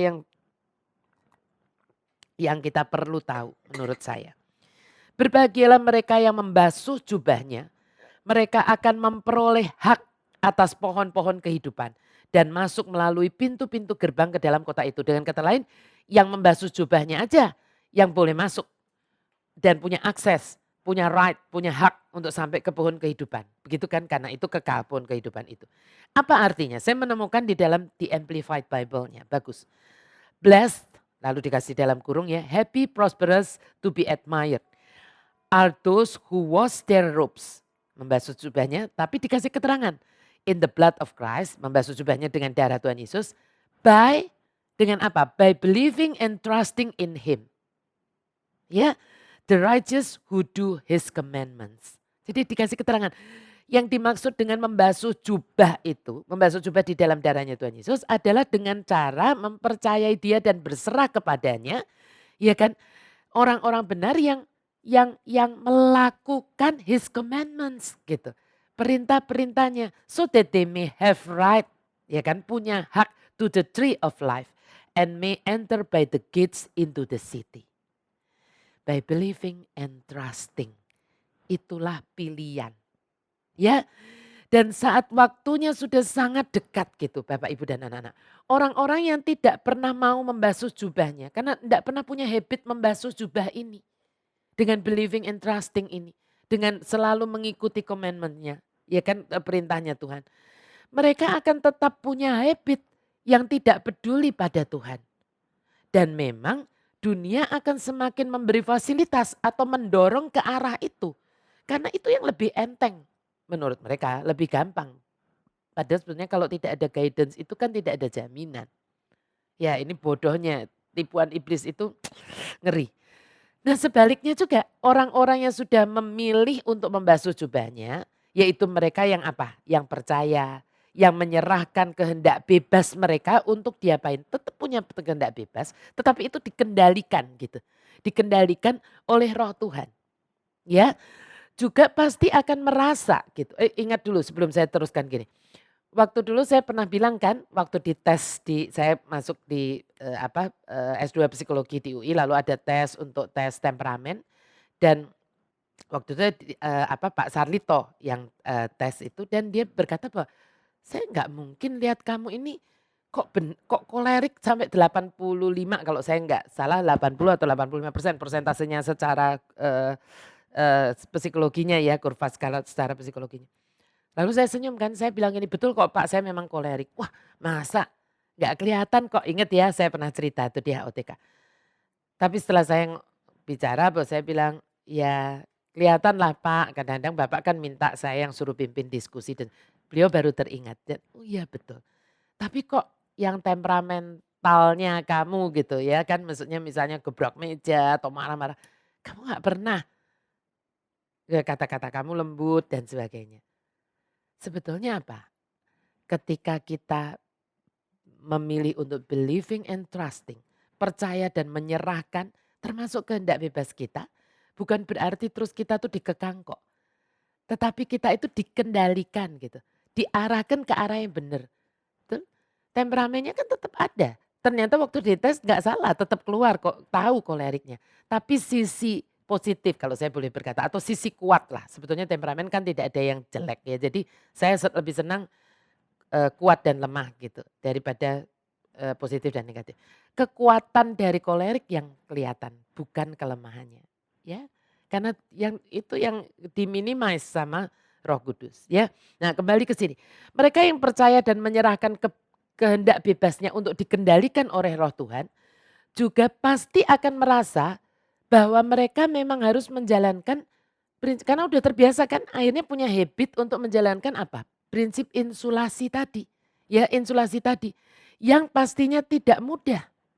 Tidak mudah menjelang kedatangan Tuhan yang makin dekat ini kalau Anda menjalankan prinsip insulasi Anda pasti merasa banyak tantangan. Karena seringkali Anda harus melawan arus namanya. Kalau yang ikut arus aja paling enak. Saya waktu itu bilang seperti sendal tuh. Mas taruh aja di sungai. Kalau dia ikut arus kan tapi ya hanyut. Entah kemana ya. Tetapi kalau mau melawan arus jalan di kolam renang arus aja kalau melawan arus sih berat. Berenang melawan arus berat ya. Nah tetapi gitu pasti orang-orang yang menjalankan prinsip insulasi ini akan juga merasa bahwa dunia ini akan makin tidak bersahabat dengan mereka ya. Dengan keputusan-keputusan, dengan pilihan-pilihan mereka. Tapi mereka yang seperti inilah yang nantinya akan menjadi penghuni Yerusalem baru. Dan mempunyai right tadi dikatakan, mempunyai hak untuk memakan buah dari pohon kehidupan. Ya siapa bilang amin. Mari kita lanjutkan ayat 15 sampai 17. Kita lihat ya dari Wahyu 22 ayat 15. Nah ini 15 ini seperti kemarinnya saya sudah pernah sebutkan atau seperti yang Wahyu 21 ya. Tetapi anjing-anjing dan tukang-tukang sihir, orang-orang sundal, orang-orang pembunuh, penyembah-penyembah berhala, dan setiap orang yang mencintai dusta dan melakukannya tinggal di luar. Ya, kemarin saya sudah menjelaskan gitu ya. Mungkin pembunuh bukan, tukang sihir bukan, penyembah berhala. Nah, satu tanda tanya. Ya, apapun dan siapapun yang kita letakkan dalam hidup kita di tempat yang pertama dan utama melebihi Tuhan, hati-hati ya. Lalu ini yang agak kita mungkin perlu mencermati. Setiap orang yang mencintai dusta dan melakukannya. Dusta itu apa? Bohong. Ya, jadi kalau kita terus suka berbohong dan melakukan itu dikatakan tinggal di luar. Gak boleh masuk ke Yerusalem baru ya. Dan ayat 16, aku Yesus telah mengutus malaikatku untuk memberi kesaksian tentang semuanya ini kepadamu bagi jemaat-jemaat. Aku adalah Tunas, yaitu keturunan Daud, bintang timur yang gilang gemilang. Lalu di ayat 17, roh dan pengantin perempuan itu berkata, marilah. Dan barang siapa yang mendengarnya, hendaklah ia berkata, marilah. Dan barang siapa yang haus, hendaklah ia datang. Dan barang siapa yang mau, hendaklah ia mengambil air kehidupan dengan cuma-cuma. Saya mau jelaskan ini, Bapak, Ibu, dan anak-anak. Tadi kita sudah baca, saya tertarik dengan yang ayat 17. Roh dan pengantin perempuan itu berkata, marilah. Dan barang siapa yang mendengarnya, hendaklah ia berkata, marilah. Dan barang siapa haus. Semua ada kata-kata barang siapa. Barang siapa. Ya, apa artinya ini? Tidak pernah ada paksaan Bapak, Ibu, dan anak-anak untuk orang datang kepada Tuhan Yesus. Barang siapa mau. Dan biasanya orang yang mau datang, kalau enggak mau enggak apa-apa gitu. Barang siapa yang mau gitu istilahnya, ya kan? Nah, biasanya orang yang mau datang kepada Tuhan Yesus adalah orang-orang yang haus. Dan ingin dahaga atau hausnya itu dipuaskan. Dahaga atau kehausan akan apa yang Yesus akan puaskan saat Anda dan saya datang kepada Dia. Dahaga akan kasih yang tulus, perasaan berarti, proteksi yang sempurna, pengertian, penerimaan, perhatian, kelimpahan dalam arti yang sesungguhnya, kepenuhan. Ya, banyak orang sebenarnya dalam hidup ini ngerasa kayak kok ada yang kurang gitu, ya kan? Kepenuhan, rasa aman dan banyak lagi yang Tuhan akan puaskan kehausan-kehausan itu. Seandainya ada suatu mesin, saya tuh membayangkan begini, seandainya ada suatu mesin yang dapat mendeteksi, yang dapat mengukur gitu ya. Orang-orang seperti apa sih yang bisa diselamatkan? Dalam artian bisa masuk ke Yerusalem yang baru yang kita bicarakan ini. Atau yang orang awam menyebutnya surga ya. Apakah mereka adalah orang-orang dengan tingkat inteligensia tertentu, strata pendidikan tertentu begitu? Apakah mereka menerima keselamatan setelah mereka berhasil melakukan research gitu tertentu yang membuat mereka bisa menerima paham keselamatan itu setelah melakukan research tertentu? Ternyata jawabannya adalah tidak. Intelek seseorang, pendidikannya yang tinggi atau rendah, tidak pernah menentukan apakah seseorang bisa diselamatkan atau tidak. Kita pasti melihat di tengah-tengah kita kan Bapak Ibu dan anak-anak, betapa banyaknya orang yang pandai secara intelektual yang menolak Tuhan Yesus. Ya. Artinya kita tidak bisa mendidik orang untuk masuk ke kerajaan surga. Membuka pendidikan untuk bisa masuk kerajaan surga. Tidak bisa. Ada bimbingan tes untuk masuk kerajaan surga, tidak ada. Ya, masuk universitas ada, tapi masuk kerajaan surga nggak bisa. Bagaimana dengan yang namanya perasaan? Apakah orang menjadi selamat saat dia merasa diselamatkan? Lah kalau iya bagaimana dengan misalnya orang yang sudah percaya kepada Tuhan Yesus tapi suatu kali mungkin dia gagal berbuat baik dan dia merasa begitu malu lalu dia merasa bahwa dirinya itu tidak selamat. Apakah betul memang dia tidak selamat? Apakah yang namanya keselamatan itu bisa datang dan pergi sesuai dengan mood kita gitu? Iya kan? Pastinya tidak lah. Keselamatan tidak pernah datang dari yang namanya perasaan. Ya, kebenarannya adalah kita diselamatkan karena kehendak bebas kita yang memilih percaya dan menyerahkan diri kita kepada Tuhan Yesus. Maka ayat tadi berkata barang siapa mau. Atau dengan kalimat yang berbeda tapi bermakna sama, mungkin bisa berkata siapa saja yang mau. Ya, atau siapa yang mau saja. Yang nggak mau nggak apa-apa gitu. Ya, kita diselamatkan karena kita mau memilih percaya kepada Tuhan Yesus dan rela menyerahkan diri kita untuk dipimpinnya hari lepas hari, every single day, bukan hanya pada hari Minggu, Natal atau Paskah saja. Ya, orang yang dengan sadar mau berkata dengan sepenuh hatinya. Berkata apa? Ya Tuhan Yesus, aku mau menaruh iman percayaku kepadamu untuk mengampuni dosa-dosaku dan menganugerahkan kepadaku hidup kekalmu secara cuma-cuma. Bukan karena segala budi baikku, melainkan semata-mata karena kasih karuniamu dan pengorbananmu menggantikan aku di atas kayu salib itu. Apa arti hidup kekal? Hidup selama-lamanya. Selama-lamanya itu berapa lama Bu? Kalau saya boleh ngomong begini.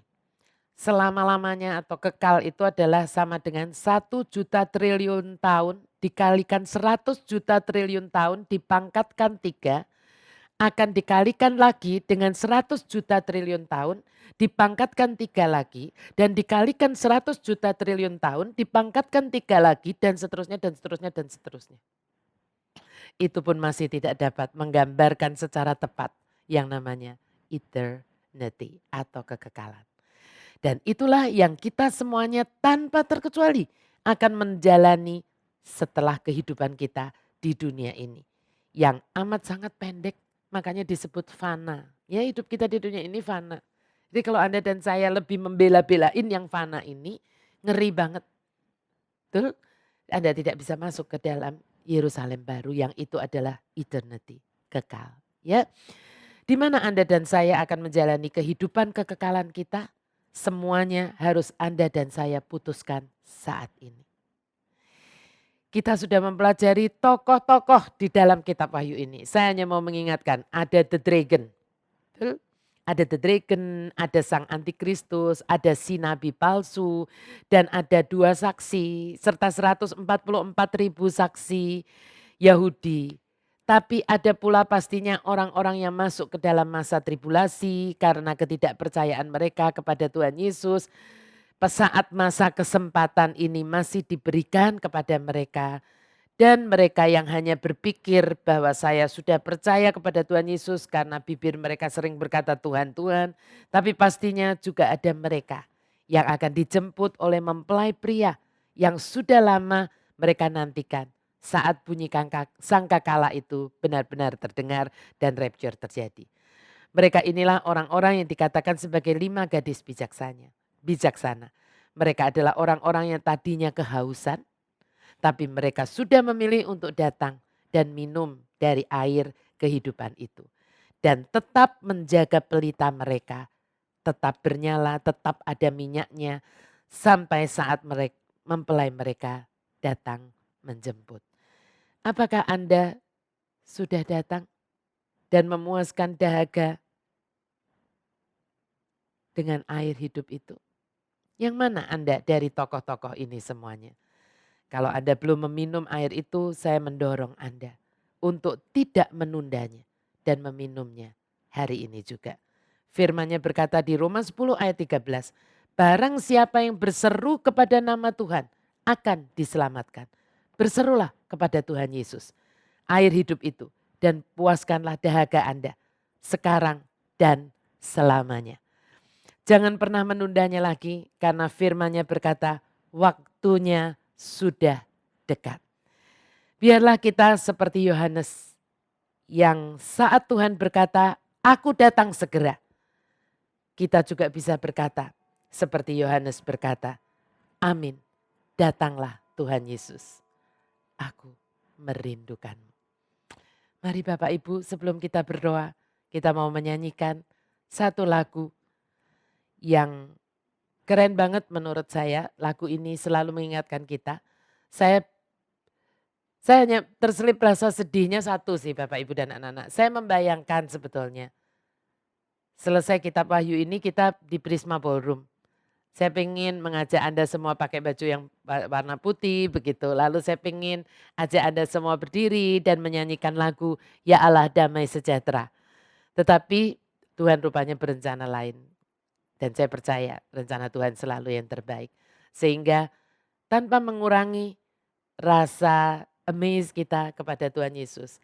Tanpa mengurangi gregetnya begitu. Saya pengen mengajak Bapak Ibu dan kalau biasanya dari tim worshiper bersama Deo saja yang menyanyi. Kali ini saya pengen ikut menyanyi bersama dengan Bapak Ibu semuanya dan anak-anak. Saya berharap Anda tidak diam, kan ada teksnya di layar ya. Anda bisa ikut juga menyanyi bersama-sama dengan seluruh keluarga pastinya indah sekali. Mari kita sama-sama menyanyikan Ya Allah Damai Sejahtera.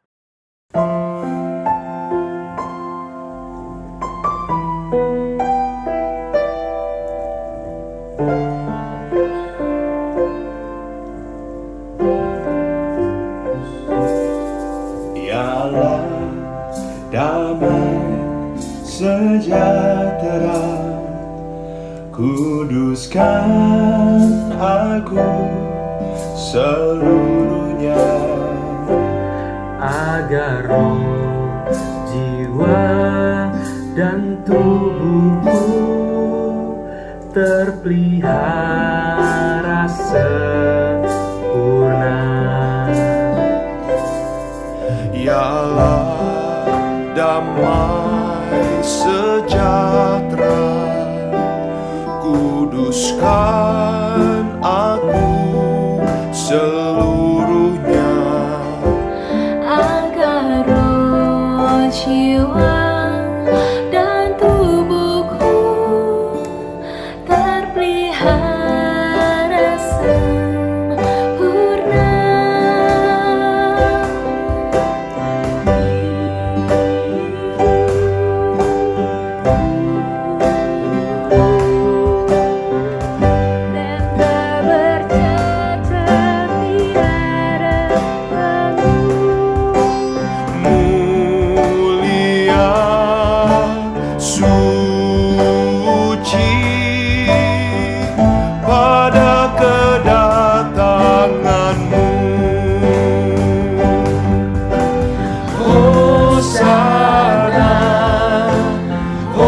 Hosana,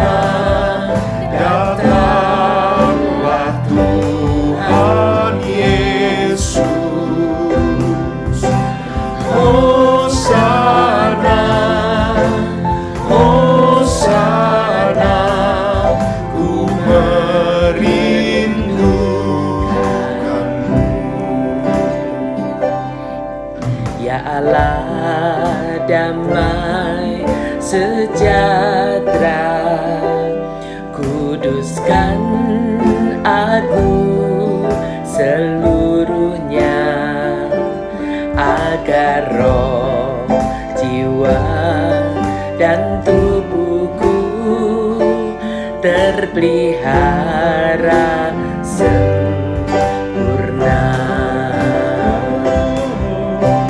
Hidup kudus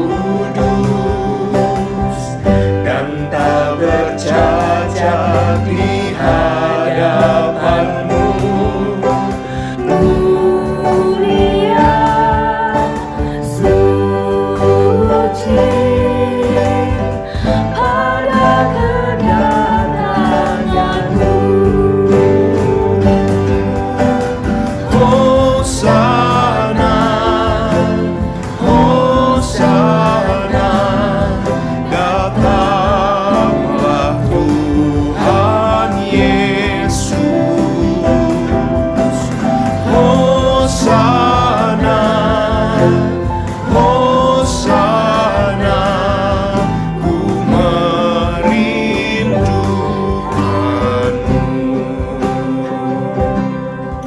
Ku merindukanmu, ku merindukanmu, ku merindukanmu.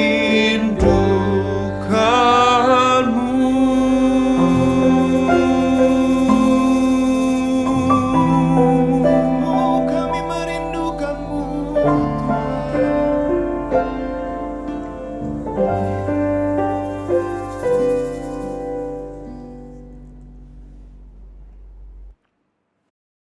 Ya, Bapak, Ibu, dan anak-anak, bagus banget ya lagu ini. Saya selalu meneteskan air mata setiap kali menyanyikan lagu ini.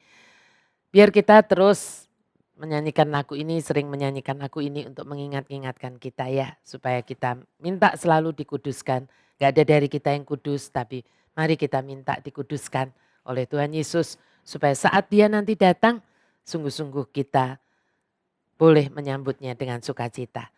Dan satu rahasianya, hati yang merindukan Dia. Supaya kita bisa berkata, datanglah Tuhan Yesus, aku merindukanmu. Ya, semoga kita merindukan Tuhan Yesus bukan hanya malam ini saja, tetapi sepanjang hidup kita. Mari kita jangan menjadi orang-orang yang skeptis yang berkata, kan sudah dari dulu dikatakan waktunya sudah dekat. Ya kan? Kita harus percaya kalau Tuhan berkata waktunya sudah dekat, tapi kok belum terjadi, ini adalah kesempatan untuk Anda dan saya sungguh-sungguh mempersiapkan diri kita. Ya.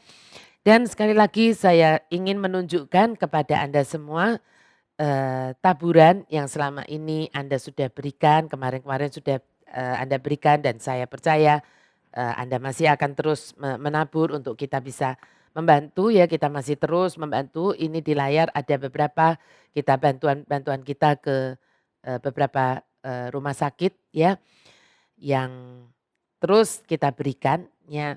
Anda bisa lihat di layar, dan saya atas nama HOTK Ministry dan atas nama pribadi saya mengucapkan banyak-banyak terima kasih kepada ibu, bapak, dan semuanya yang sudah menaburkan untuk menaburkan baik itu ke HOTK Reach, ke HOTK Youth Ministry maupun ke HOTK Women. Pasti taburan Anda akan berguna, dan sekali lagi apa yang Anda tabur itu yang akan Anda tuai. Saya berdoa supaya taburan itu berlipat kali ganda, 30, 60, sampai 100 kali ganda impactnya untuk Anda semua, pastinya yang menabur.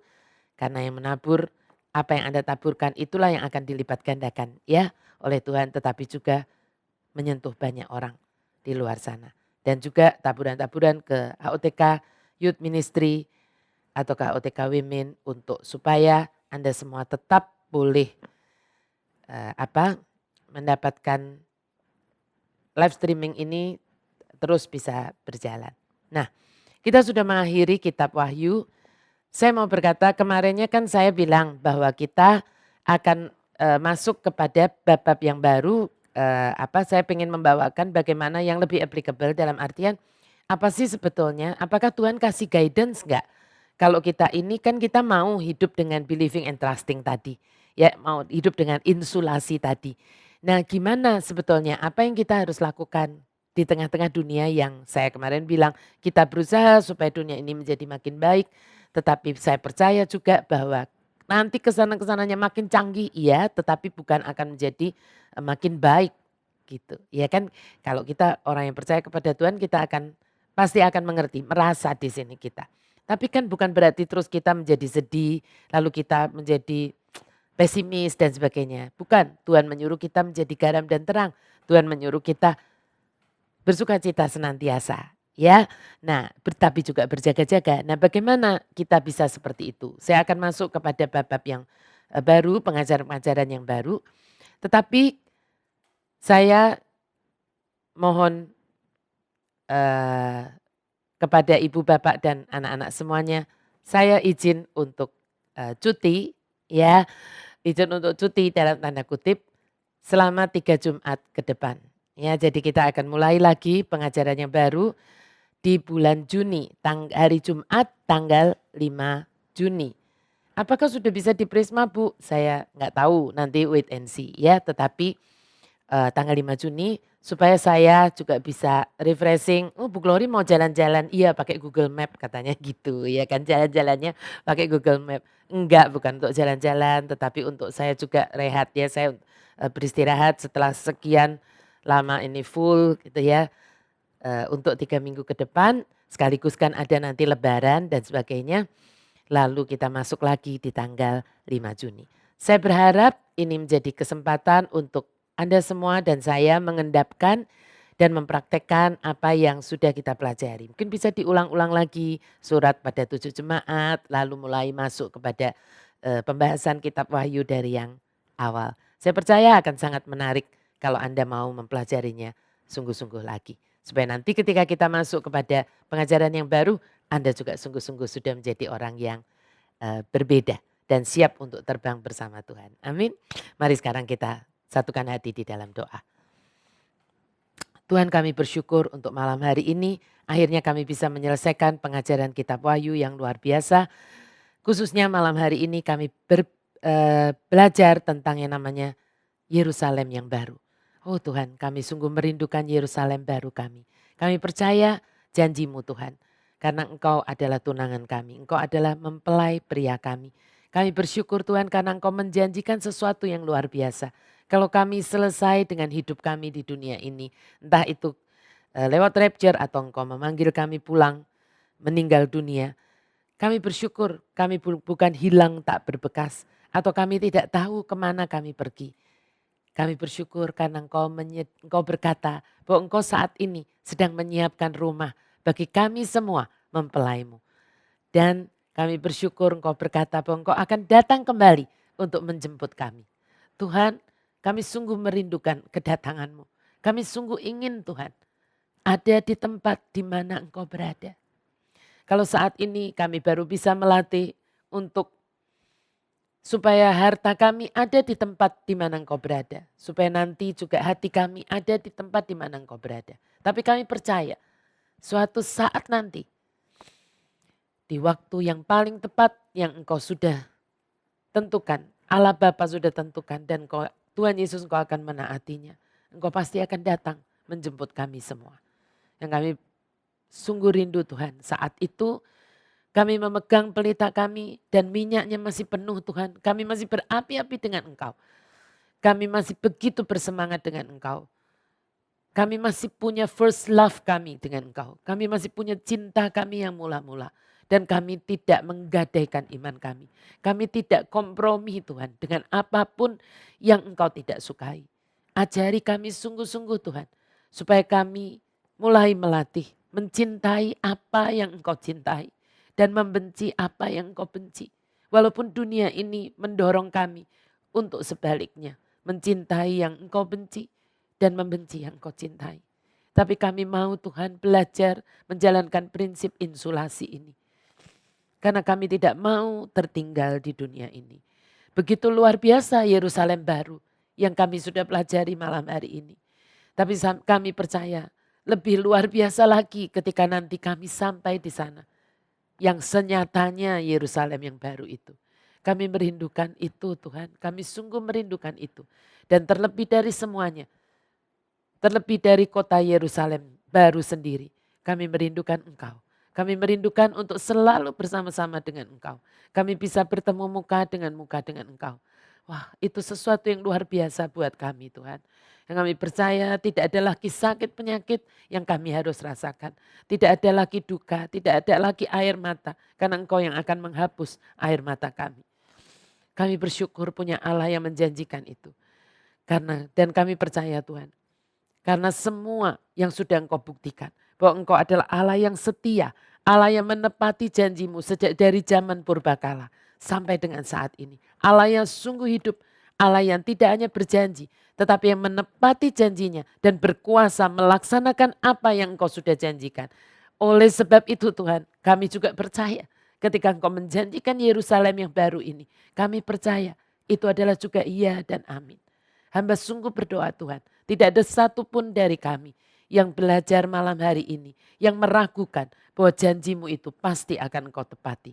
Tetapi kami semua Tuhan sungguh-sungguh percaya. Janjimu adalah iya dan amin. Tepat pada waktunya. Kami akan tinggalkan semua ini dan kami akan bertemu dengan Engkau. Tapi ketika kami masih harus di dunia ini Tuhan. Biar kami seperti Paulus berkata.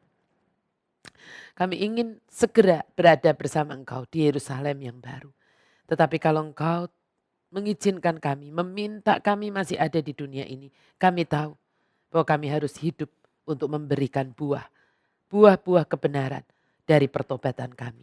Ajari kami sungguh menjadi anak-anak-Mu yang tidak memalukan Engkau Tuhan. Menjadi duta-duta dari kerajaan-Mu Tuhan yang tidak memalukan Engkau.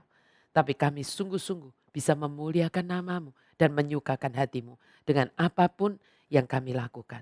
Juga dengan taburan kami Tuhan, hamba bersyukur untuk semua orang yang setia dengan taburan mereka, perpuluhan mereka Tuhan. Kami bersyukur Tuhan, orang-orang yang setia ini, Engkau yang melihat hati mereka dan Engkau yang memproteksi bisnis mereka, memproteksi usaha mereka, pekerjaan mereka.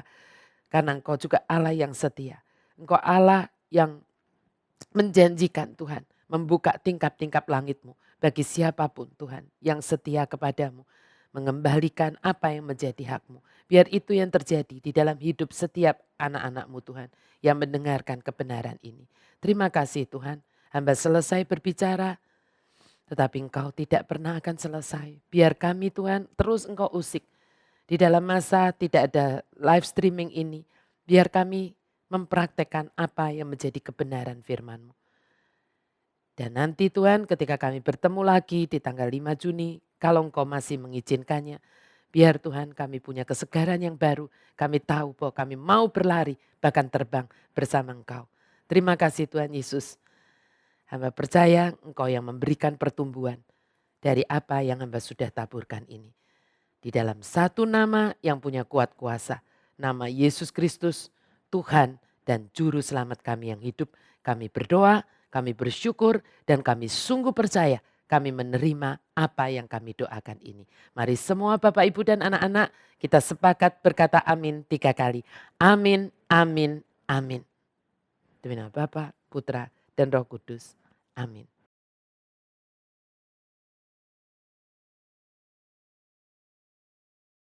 Terima kasih Anda sudah menyaksikan sesi-sesi dari khotbah OTK lewat YouTube ini. Jangan lupa untuk like, share, subscribe, dan tekan tanda loncengnya. Supaya Anda selalu mendapatkan update-update terbaru dari YouTube HOTK. Terima kasih, Tuhan Yesus memberkati.